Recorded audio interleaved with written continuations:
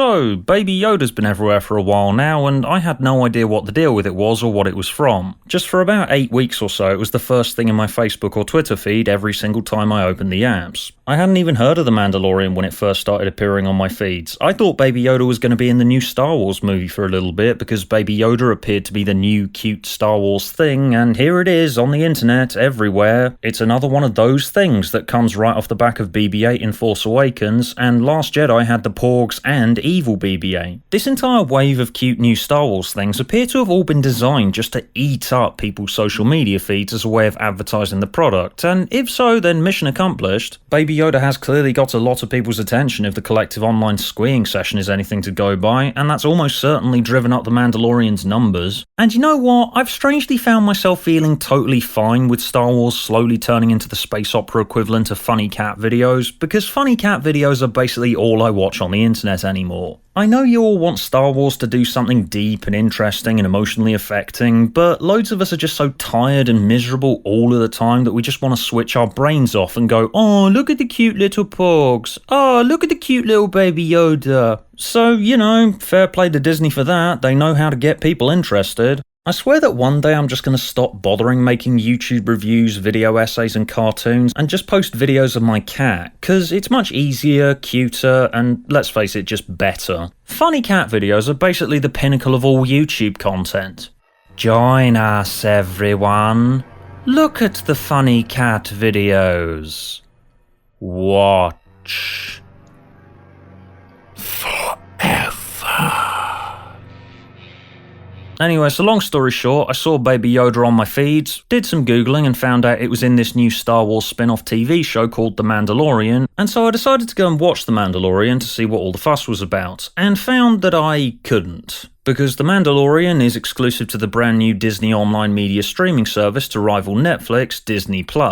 And Disney Plus doesn't launch in the UK until the end of March 2020 for some stupid reason to do with contracts. So I had to buy a VPN and cheat my way around the region lock. As annoying as it was that a brand new Star Wars TV show that all of Twitter and Facebook were talking about was gated off to a British Star Wars fan like me, I do kind of find it reassuring that Disney aren't quite as globe-conqueringly powerful as you'd like to think if they're having to have brand new media initiative plans that they've clearly invested a lot of time and money in, delayed for 5 months, by which time most people will probably have forgotten about them and moved on. Because let's face it, the entire point of launching The Mandalorian in November was to hype everyone up for Star Wars Episode 9 in December. And Star Wars Episode 9 will be long gone by the time Disney Plus launches in the rest of the world. Episode 9's already the scantest memory whenever you ask someone, hey, you remember that Star Wars film that came out last month that was really quite catastrophically shit? No, I tried very hard to forget Rise of Skywalker. It only comes back to haunt me at night before I wake up screaming. So basically, The Mandalorian is a space western about a bounty hunter from the same creed of people as Boba Fett, a character you may remember from the original Star Wars trilogy who became a fan favourite not because he actually did much, but seemingly just because he wears a cool helmet. He was basically the precursor to modern EDM producers. But the titular Mandalorian in The Mandalorian isn't actually Boba Fett himself, he just comes from the same people. He's an anonymous bounty hunter wandering the galaxy far, far away after the fall of the Empire at the end of Return of the Jedi. And the show has distanced itself quite a lot from the main goings-on in Star Wars canon. It's very much its own story, and I feel that that was the right move. The anonymity of our protagonist works to his advantage. I do really like that the show is just about some guy who explores the Star Wars universe, hunts down aliens, and runs into all these stupid puppets that I recognise from the original trilogy. Sure, he looks like Boba Fett, but he's got no personal connection to the Force or the main goings-on in canon. He's just some guy who stumbles across Baby Yoda and has all of this responsibility for the child thrust upon him. He's not predestined to be this grand cosmic puzzle piece, he's just a solid fish out of water character. Sort of like what Rey was shaping up to be before Rise of Skywalker came along and tried far, far too hard to say sorry to people who hated Last Jedi.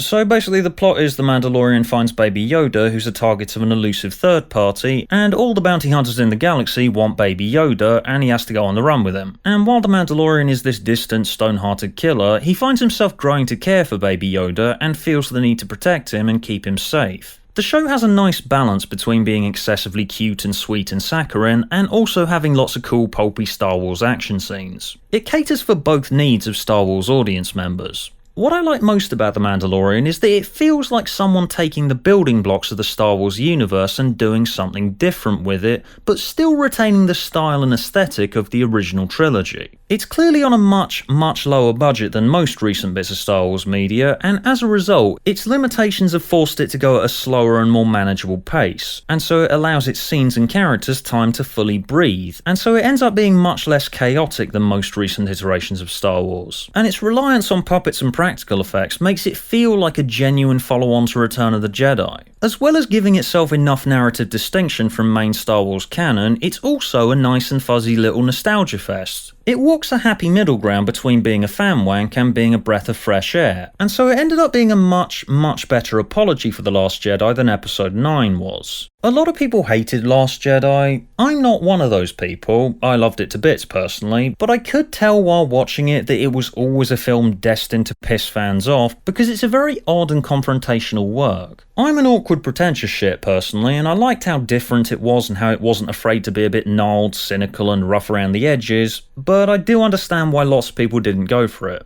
So if the sequel trilogy was going to do Last Jedi and then proceed to go off in that direction for the next installment, then The Mandalorian, a show that takes the Star Wars universe, gives itself a new purpose and reason to exist, while also retaining the feel of the original trilogy, could then act in the capacity of tiding over said people who hated Last Jedi, while also being palatable enough for people like me who loved Last Jedi. Hey look, JJ, they managed to create something interesting, fun and original that can heal this rift in the fandom. You don't have to write a pandering, flabby and incoherent mess now. Maybe I'm underplaying how much The Mandalorian relies on nostalgia. I don't think I am, because I was genuinely invested in the relationship between The Mandalorian and Baby Yoda, and it does have some new characters and things I liked. I like IG-11 quite a lot. Oh, and as far as fan service goes, they did do one thing that's likely to be quite contentious among fandom, and that genuinely impressed me. They referenced the Star Wars Holiday Special. Seriously, there's a character who mentions Life Day in Episode 1. Given how embarrassing it is and how pretty much everyone's been trying to pretend the holiday special didn't happen in the decades since, whoever it was on staff who suggested that they acknowledged that yes, it is definitely canon, has my eternal respect. Seriously, this took guts. Okay, that's step one. Now if we could just get an official remaster and DVD release for the Star Wars holiday special, that would be amazing. Go on Disney, please, I want to point and laugh at the freak. So yeah, in conclusion, I thought The Mandalorian was pretty good. And if you can't wait for March, then yeah, I'd recommend buying a VPN and googling a guide to setting up a Disney Plus account from abroad and watching it the honest way. I would certainly never advocate just pirating it. That is not what I'm doing right now.